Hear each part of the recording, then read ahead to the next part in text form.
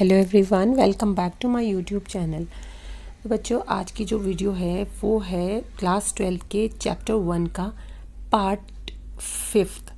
यानी इससे पहले मैंने जो है 4 पार्ट्स डाल दिए हैं और मैंने इस चैप्टर को पार्ट्स में डिवाइड करके समझाया ताकि आपको डिटेल में समझ में आ जाए, क्योंकि हम लोग जो है इसको डिटेल में पढ़ रहे हैं, कोई वन शॉट नहीं है। तो अब ये आज जो चैप्टर का 5th पार्ट है और लास्ट पार्ट है, तो चलिए स्टार्ट करते हैं। तो आज का जो टॉपिक है वो है एर्गोनॉमिक्स। तो होता क्या है ये देखिए, ergonomics is the study of the relationship between people and their working environment, specially the equipment they use. देखिए, जो भी काम आप कर रहे हैं, यानी कि जो भी काम इंसान कर रहा है वो उसका और उसके वर्किंग एनवायरनमेंट का, चाहे उसमें वो टूल्स भी हो सकते हैं या वो काम भी हो सकता है, या उसके काम में जो भी काम से रिलेटेड चीज़ें हैं या इंसान है या एनवायरनमेंट है, उससे जो इंसान का कनेक्शन या रिलेशन होता है उसको एर्गोनॉमिक्स बोलते हैं। सपोज़ अगर आप अपने काम अपने लैपटॉप के साथ कर रहे हैं, तो आपका अपने लैपटॉप से जो भी रिलेशन है वो चीज़ आपकी एर्गोनॉमिक्स में से आएगी। तो एर्गोनॉमिक्स जो होता है एक स्टडी होती है जिसमें क्या होता है कि study of a humans at work in order to understand the complex interrelationships of people with their jobs requirements, methods of working, tools used and the environment। मैंने आपको बताया ही है कि जो भी इंसान काम कर रहा है उसका उस काम में जो भी उसके टूल्स यूज़ हो रहे हैं या उसको ऑफिस का एनवायरनमेंट कह लीजिएगा वो है, या जिससे भी वो रिलेशन है उसका उस काम से रिलेटेड, वो एर्गोनॉमिक्स में आता है। एर्गोनॉमिक्स जो होता है ये ग्रीक के 2 वर्ड्स को मिला के बना है, एर्गन यानी वर्क और नॉमिक्स यानी कि नेचुरल लॉस, और इसको जो है ह्यूमन फैक्टर्स इंजीनियरिंग भी बोला जाता है।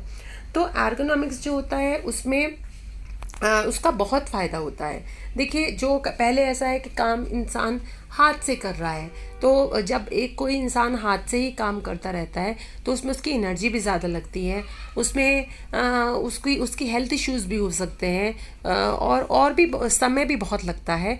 तो अगर वही काम में थोड़ा टूल्स को ऐड कर लिया जाए तो वो काम इजी हो जाता है, और उसमें हेल्थ का भी थोड़ा ऐसा रहता है कि ज़्यादा नहीं प्रॉब्लम होती है। तो ये सब चीज़ें जो होती हैं अगर ये काम में यूज़ कर ली जाएं तो वो एर्गोनॉमिक्स के अंदर आता है। अब है मेन गोल्स या ऑब्जेक्टिव्स ऑफ एर्गोनॉमिक्स।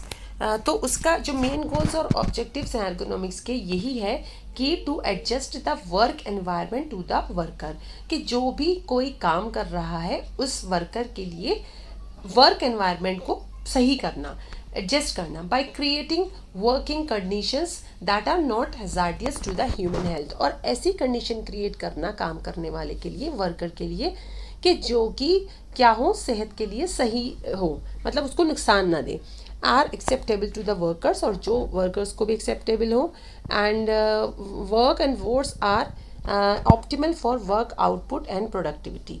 तो यानी कि एर्गोनॉमिक्स का ऑब्जेक्टिव ये होता है कि जो भी वर्कर काम कर रहा है उसको उसके काम उसके एबिलिटी के अकॉर्डिंग हो, और उसको टूल्स मिलें उसी से अकॉर्डिंग, और उसको उसकी के हिसाब से एनवायरनमेंट मिले, तो काम जो है उसमें फ़ायदा होता है और काम अच्छा होता है।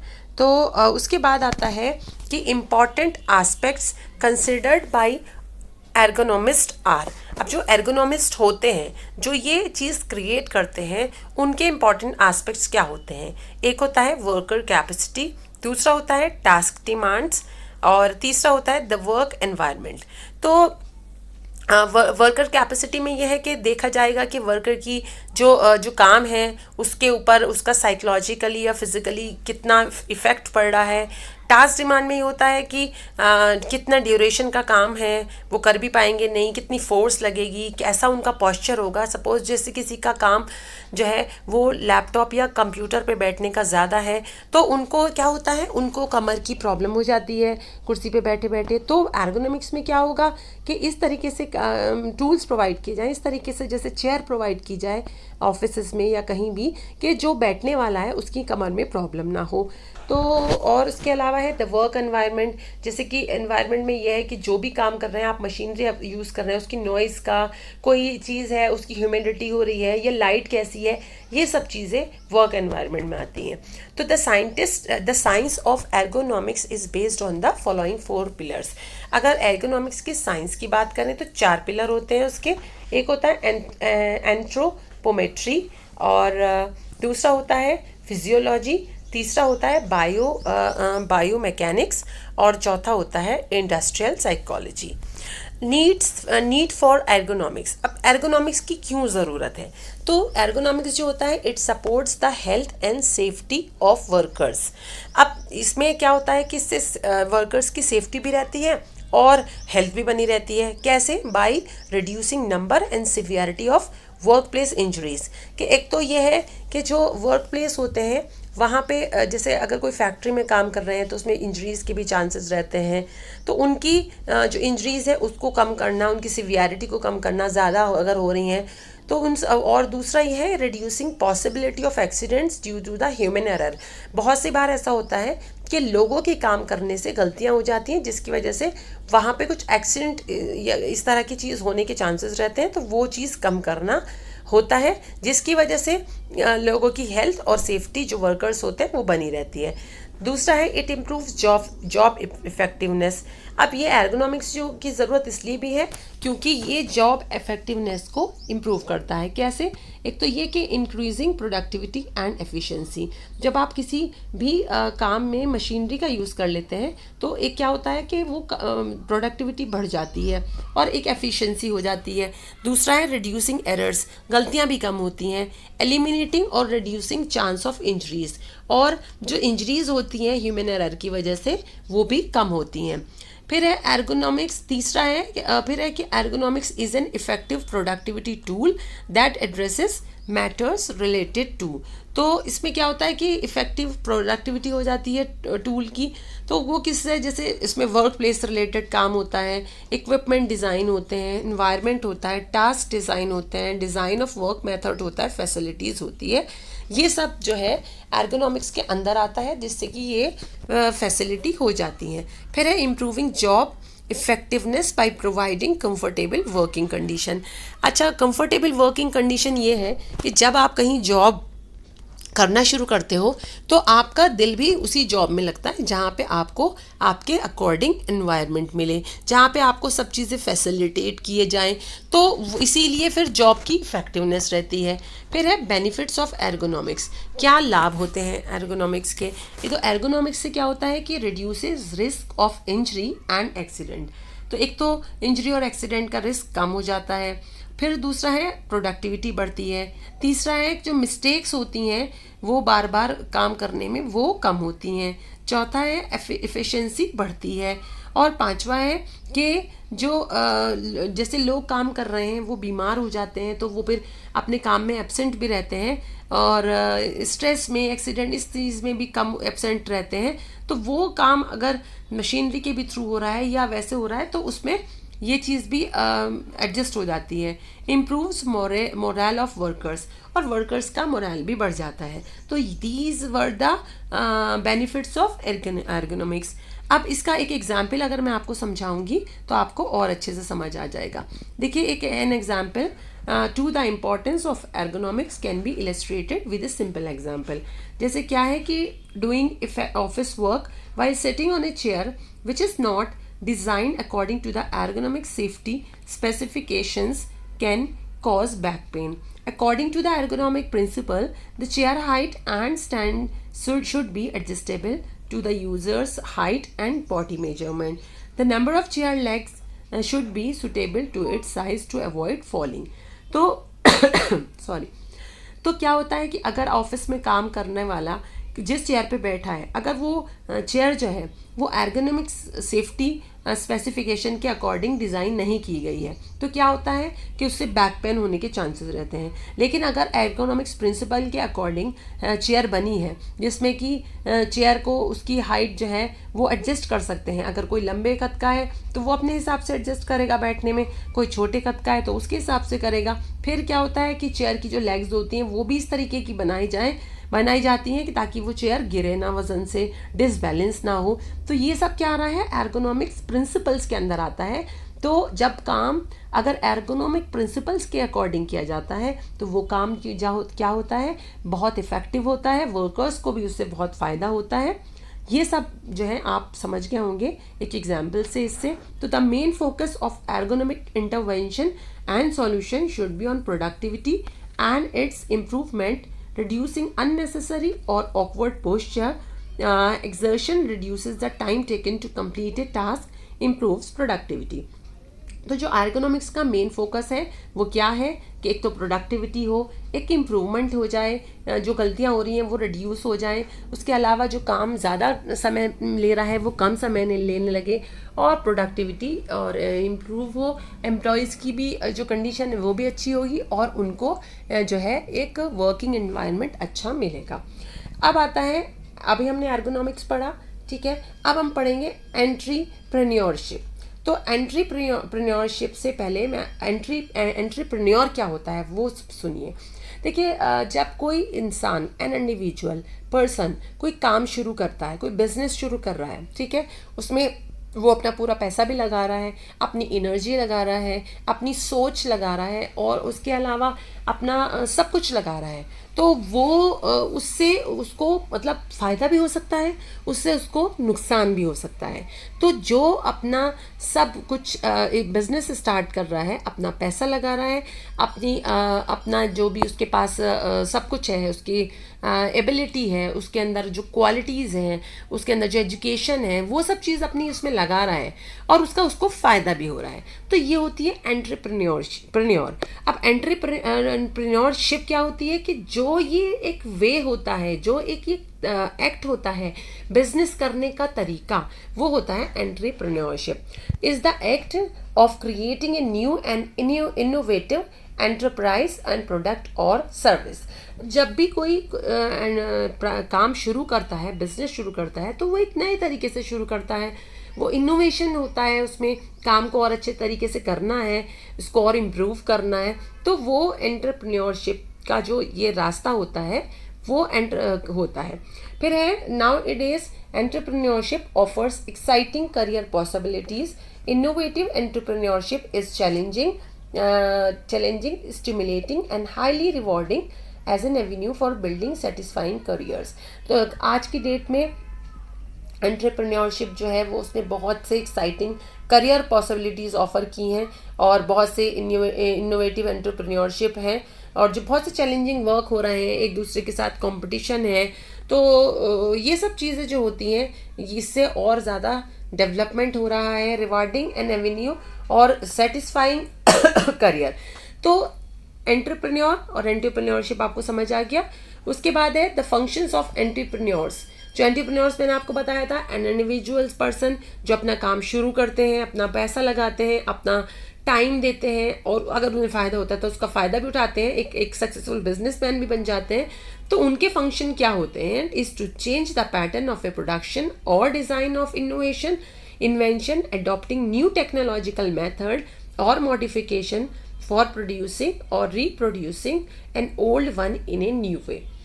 अब देखिए क्या होता है कि सब पुराने ज़माने से लेके आज तक काम चलते आ रहे हैं। पहले स्मॉल स्केल इंडस्ट्रीज़ होती थी, फिर बड़ी बनने लगी हैं। मान लीजिए कोई एक इंडस्ट्री है, कपड़े की है, फैक्ट्री है। अब दूसरा जो भी अगर उसको दूसरा भी फैक्ट्री खोल रहा है सपोज कपड़े की, तो वो सेम उसको बिल्कुल वही तो नहीं करेगा, फिर उसकी कैसे चलेगी, उसका काम कैसे चलेगा। तो वो अपने काम में कुछ ना कुछ एक ऐसा नया डालेगा ना, तभी तो लोग अट्रैक्ट होंगे। वो कोई भी काम हो सकता है, खाली कपड़े की बात नहीं है, कोई भी बिजनेस हो सकता है। अगर उसमें अच्छा नई पैटर्न्स हो, चेंजेस हो, इनोवेशन हो, नई टेक्नोलॉजी यूज़ हो, तो वो नए तरीके से होता है। यही एक काम अच्छा मतलब यही फंक्शन होता है एंटरप्रेन्योर्स का। They are their experience and expertise to assemble resources and finances etcetera to earn their livelihood. Entrepreneurs bring change in an enterprise or business. They form new organizations or to be a part of revitalizing existing organization. तो जो entrepreneurs होते हैं वो business में एक नया experience, नया expertise वो क्या करते हैं, अपने एक्सपीरियंसेस से, अपनी नई टेक्नोलॉजी से रिसोर्सेज को असेंबल करते हैं, फाइनेंस लगाते हैं और अच्छा बिजनेस चलाते हैं ताकि उनकी लाइफ और अच्छे से हो जाए। तो उसमें ऑर्गेनाइजेशंस भी होती हैं और चीज़ें भी होती हैं। तो एंटरप्रेन्योर्स जो होते हैं क्या होते हैं, are innovative, creative, organised and risk taker. अगर आप पूछें कि एंटरप्रेन्योर्स की एक परिभाषा बताइए तो बहुत अच्छा है इसमें कि are innovative, creative, organised and risk takers. देखिए रिस्क टेकर्स इसलिए कहा गया है, कोई भी जब आप बिजनेस स्टार्ट करते हो, छोटा हो या बड़ा हो, आप उसमें पैसा लगाते हो तो आपको पहले से नहीं पता होता कि उसमें आपको फ़ायदा होगा या आपको नुकसान होगा।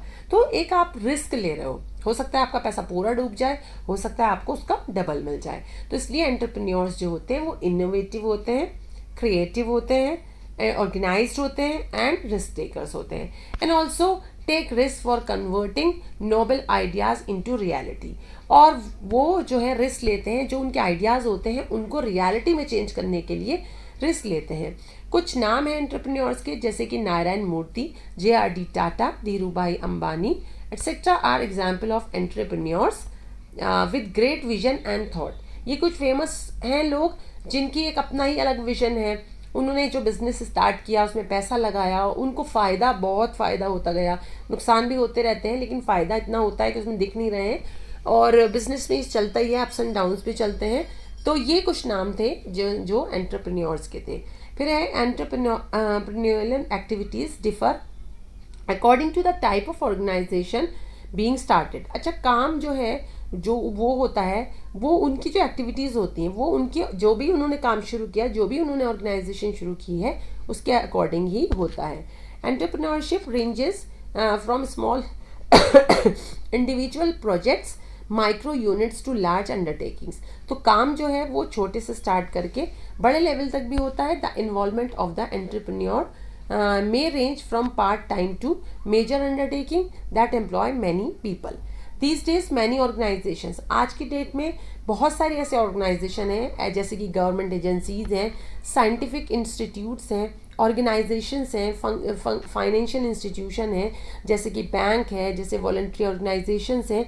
ये सब जो हैं सपोर्ट प्रोवाइड कर रहे हैं एस्पायरिंग एंटरप्रेन्योर्स को, यानी कि वो भी जैसे होता है ना कि लोन देने के लिए या उनको सपोर्ट करने के लिए उनको जो फेमस हो रहे हैं या जो उठ रहे हैं उनको सब सपोर्ट करने के लिए तैयार भी हैं। एंटरप्रेन्योर्स जो होते हैं मेक थिंग्स हैपन। क्या होता है, वो क्या कर सकते हैं, they may generate a new concept, product, policy और इंस्टीट्यूशन। ठीक है, they are champions of new process and engineers of change. और वो जो है चैम्पियन होते हैं नए प्रोसेस को चलाने के लिए और चेंजेस लाने के लिए। अब है कैरेक्टरिस्टिक्स ऑफ एंटरप्रेन्योर्स। काफ़ी पूछा भी जाता है ये कि एक एंटरप्रेन्योर्स की क्या कैरेक्टरिस्टिक्स होती हैं।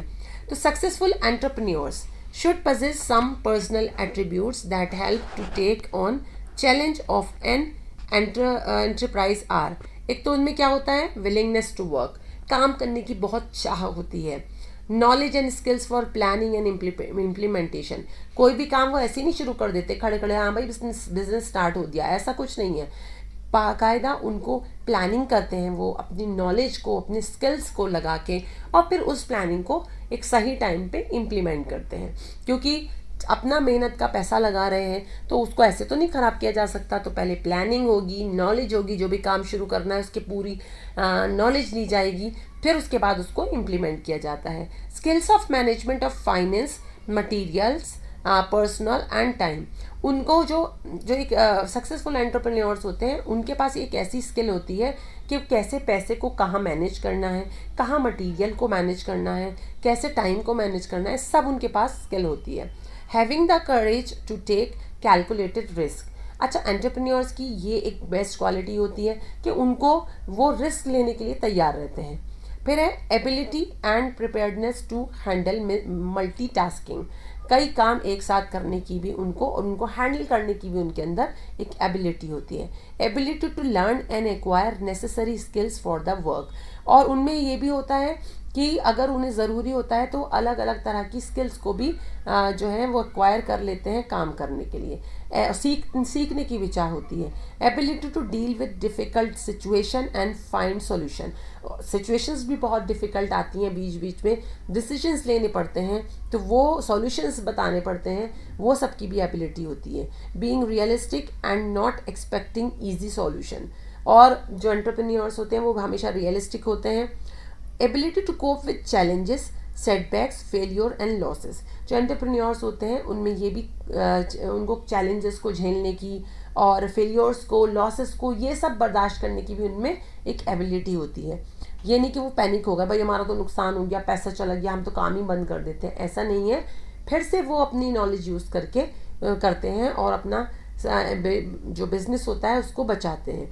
Ability to develop networking and partnership. उनमें एक डेवलप मतलब पार्टनरशिप करना और उनमें एक सोशल होना, किस तरह से कौन व्यक्ति उनकी बिजनेस के लिए काम का है उनसे डील करना, ये सब भी एबिलिटी होती है। Ability to negotiate strategies and prioritise. उनको स्ट्रैटेजीज को कैसे निगोशिएट करना है वो भी एबिलिटी होती है। Being flexible and able to handle crisis. और कोई भी अगर क्राइसिस होता है उसको अच्छे से हैंडल करना आता है। बीइंग फ्लैक्सिबल का मतलब ये है कि ये नहीं कि वो लड़ाई झगड़ा करने शुरू कर दिया और हाथापाई हो गई है फिर तो हो गया बिजनेस। किस तरह से फ्लैक्सिबल होना है, कहाँ उनको झुकना है, कहाँ उनको सही रहना है, वो सब उनको आता है। Good communication skills. और कम्युनिकेशन स्किल्स का तो बहुत बड़ा रोल रहता है, क्योंकि जब आप कोई डील कर रहे होते हो तो आप सामने वाले को कैसे आप अपनी बातों से इम्प्रेस करते हो, तो ये कम्युनिकेशन स्किल्स का बहुत बड़ा रोल रहता है। तो to sum up, the entrepreneurs should be क्या होने चाहिए? इनोवेटिव, क्रिएटिव, गोल ओरिएंटेड होने चाहिए। He should have the motivation to take direct action and find effective means of doing things. Entrepreneurship is now considered a specific mindset resulting in different form of entrepreneur in activities like social entrepreneurship and knowledge entrepreneurship। तो इसमें जो है उसको creative, goal oriented ये सब होना चाहिए। अब सोशल एंटरप्रेन्योरशिप क्या होती है? The focus of social entrepreneurship is doing social good. Its aim is to achieve large scale benefits through entrepreneurship for a specific group or society as a whole। तो आप कोई काम सोसाइटी से को साथ में रख के कर रहे हो कि जिसमें सोसाइटी का भी काम फ़ायदा हो रहा है, ठीक है, तो वो सोशल एंटरप्रेन्योरशिप होती है। अब इसमें क्या है, सोशल एंटरप्रेन्योर्स जो होते हैं आज सोशल कैटलिस्ट।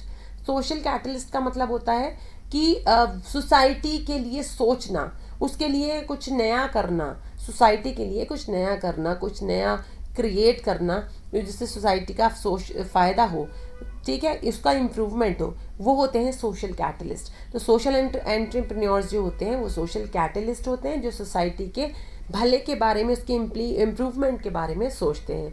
सोशल एंटरप्रेन्योर्स जो होते हैं work for helping the neglect, undeserved, disadvantaged groups or individuals who lack financial resources to achieve the benefit by themselves।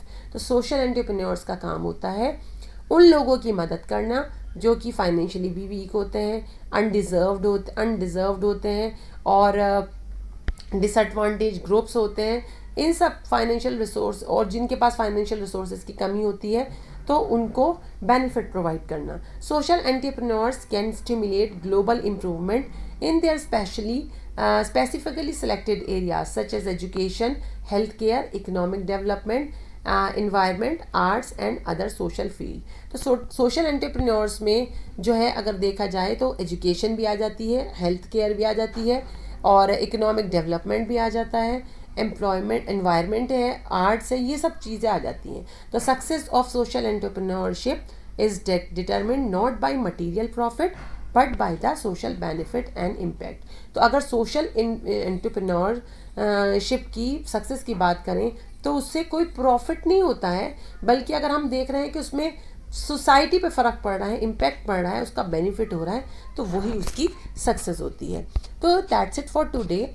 और आज के इस पार्ट 5 में हमने 2 ही टॉपिक पढ़े हैं, एर्गोनॉमिक्स और एंटरप्रेन्योरशिप। आई होप आपको समझ आ गया होगा। लेसन यहाँ कंप्लीट होता है और मैंने इस चैप्टर के 5 पार्ट्स बनाए हैं। जिसने नहीं देखे हैं वो पार्ट 1 से स्टार्ट करें ताकि आपको समझ में आ जाएगा। और मैंने कोशिश की है पूरी तरीके से समझाने की। समझ में आया है तो प्लीज़ लाइक ज़रूर कीजिएगा, शेयर कीजिएगा जितना हो सके, ताकि ज़्यादा वीडियो सबके पास पहुँचे, सबको फ़ायदा हो। और मेरे चैनल को सब्सक्राइब कीजिएगा। इसके बाद की वीडियो क्वेश्चंस की होगी, यानी मैं आपको ऑब्जेक्टिव टाइप क्वेश्चन उसके साथ डिस्कस करके यहीं पे आपको प्रैक्टिस करा दूँगी। तब तक के लिए आप अपना ख्याल रखिए, खूब पढ़ाई कीजिए, वीडियोज़ को मेरी शेयर कीजिए ताकि मैं ज़्यादा से ज़्यादा मुझे भी फ़ायदा हो। और आई होप समझ सकते हो आप, मैं आपके लिए मेहनत कर रही हूँ, आप मेरे लिए मेहनत कीजिए। Thank you.